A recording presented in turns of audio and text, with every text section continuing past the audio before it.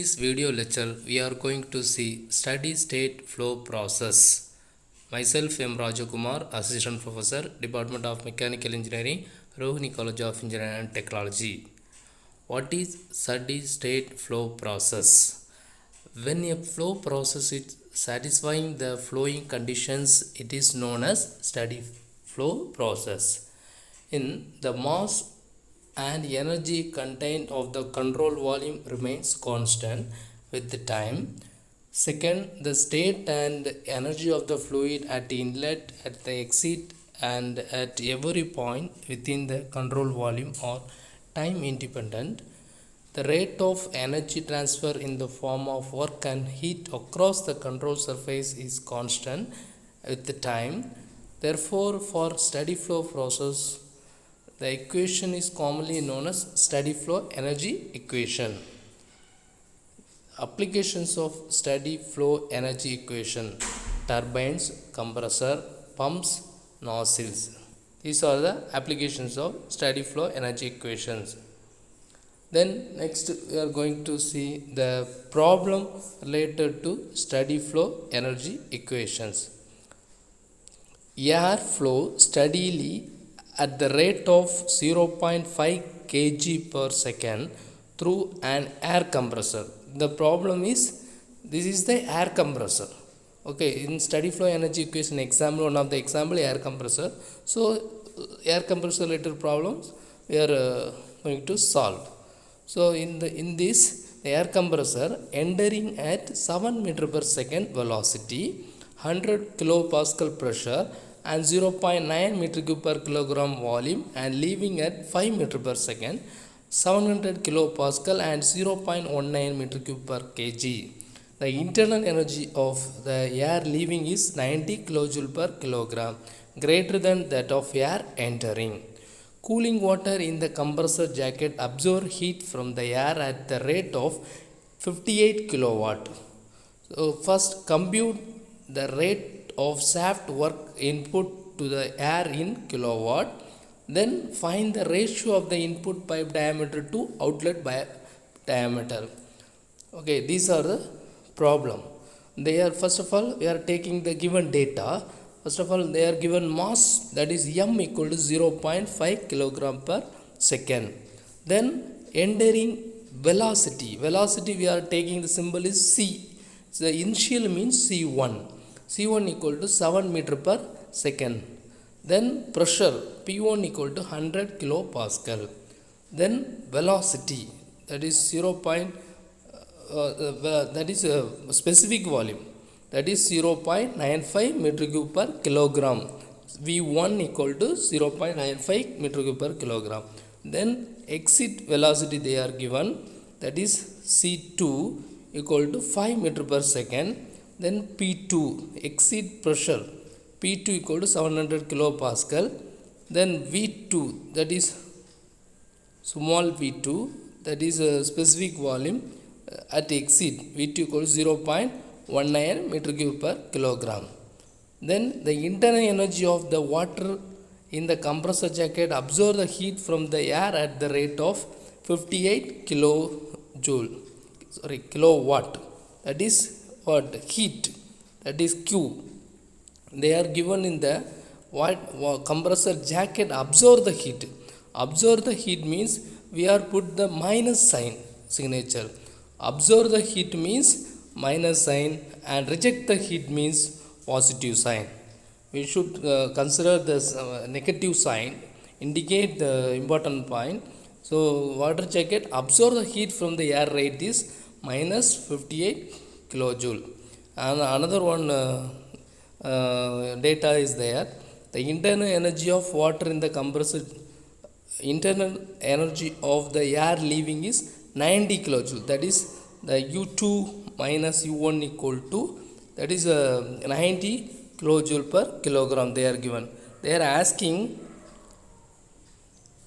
work input, that is W, then diameter ratio D1 by D2. First of all, we are going to find out the work input.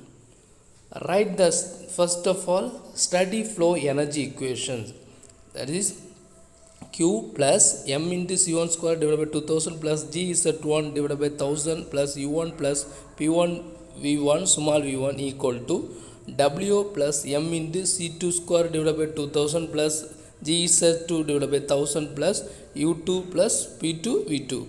Here assume Z1 equal to Z2, that is datum line, always data line Z1 equal to Z2. Then they are given, then remaining, so Z1 Z2 we can strike out. So write the remaining portion Q plus M into C1 square divided by 2000 plus U1 plus P1 V1 equal to W plus M into C2 square divided by 2000 plus U1 plus 90 plus P2 V2. From this equation we know all the value, unknown value only W value. So from that equation we have to find out the W work done value. So we get W value, W equal to minus 122 kilowatt. Next we are going to find out the diameter ratio. From continuity equation, A1 C1 divided by small v1 equal to A2 C2 divided by V2. Here we want diameter, so diameter is coming from area, isn't it? So we are first taking left side area A1 divided by A2, then right side C2 V1 divided by C1 V2. So we know the area value by 4 d square. This is a common formula. Here A1 initial area equal to by 4 d1 square divided by exit area equal to by 4 d2 square equal to C2 V1 value we know, C1 V2 value we know. So from this equation we can find out the diameter ratio, d1 square by d2 square equal to 3.57. We want only d1 by d2, so square root of 3.50 we get the value 1.89. Next we are going to see the another one example problem. This is an important problem also.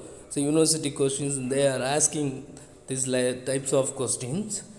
So air at a temperature of 115 degrees centigrade passes through a heat exchanger at a velocity of 30 meters per second, where its temperature is raised to 800 degrees centigrade. It then enters a turbine with the same velocity of 30 meters per second and expands until the temperature falls to 650 degrees centigrade. On leaving the turbine, the air is taken at a velocity of 60 meters per second to a nozzle where it expands until the temperature has fallen to 500 degrees centigrade.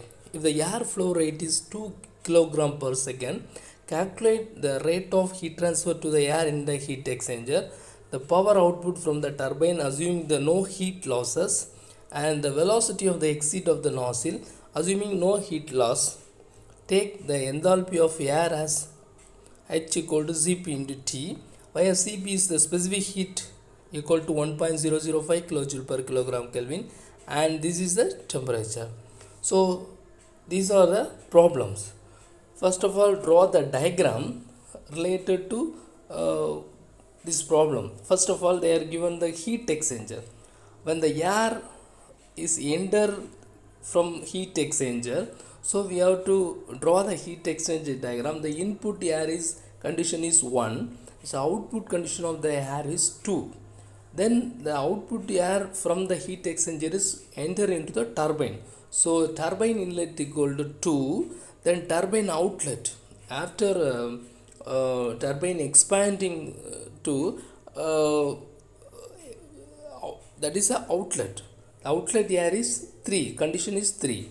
The output of the air is then enter into nozzle inlet, that is not nozzle inlet is 3, nozzle exit is 4.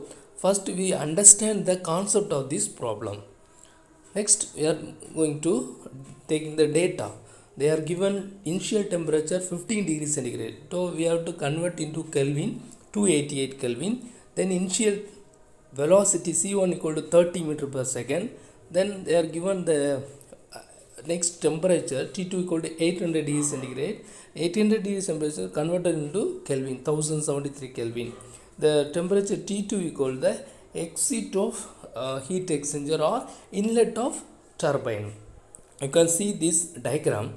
So So exit of the heat exchanger or inlet to the turbine, that is T2 temperature. Then C2, that is the velocity of the exit of turbine. That is, you can see this diagram. C2, they are given. C2 means heat exchanger exit, that is C2, 30 meter per second. Then T3 means, you can see this diagram. T3 means the nozzle inlet. So we can take the temperature T3 equal to 650 degrees centigrade. Nozzle inlet velocity, that is C3. Nozzle inlet velocity C3 equal to 60 meter per second. Then T4 equal to exit temperature of the nozzle, that is T4 equal to 500 degrees centigrade converted into 773 Kelvin. Mass equal to 2 kg per second. These are the given data, they are given in the problem. Next we are going to find out the heat transfer 1 to 2, that is a heat exchanger. Then work transfer from turbine, that is 2 to 3. Then velocity at the nozzle, that is C4. These are the data we are going to find out. First of all, we write the steady flow energy equation for 2 to 3 process. 2 to 3 process, you know what is the meaning of 2 to 3 process? And 2 to 3 process means turbine, that is 2 to 3 process. Write the steady flow energy equation: Q plus M into C2 square divided by 2000 plus Z2 plus divided by 1000 plus H2 equal to W223 plus M into C3 square divided by 2000 plus GZ3 divided by 1000 plus H3. Assume we know the turbine heat transfer equal to 0. Daytime line also same, that is Z2 equal to Z3. So from these are the data are slash. So remaining portions M into C2 square divided by 2000 plus H2 equal to W into 2 to 3 plus M into C3 square divided by 2000 plus H3. From this equation we know we want to find out the W value, that is W equal to 2 to 3. Then velocity, we are going to find out the velocity. Similarly we have to find out the heat exchanger power also, 1 to 2 process. From this first of all write the steady flow energy equation, and after that we have to assume the Z1 equal to Z2 and heat transfer also 0. From that we have to find out the work done value. Work done is similar to power. Then we are going to see the velocity.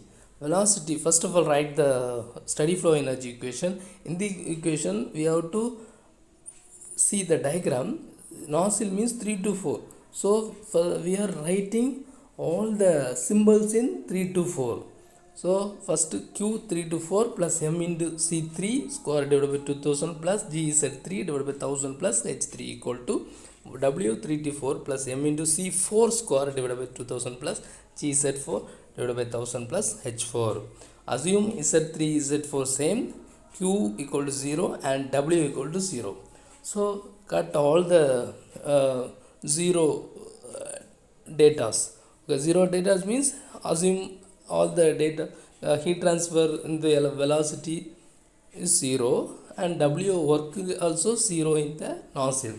So remaining portion C3 divided by 2000 plus H3 equal to C4 divided by 2000 into H4. Here H means enthalpy. They are given in the problem. H equal to Cp into T3. That is common formula, H equal to Cp into T. Here H3 means Cp into T3. H4 means Cp into T4. So we know all the data. From this data we have to find out the velocity of exit nozzle, that is C4 equal to 552.36 meter per second. Thank you.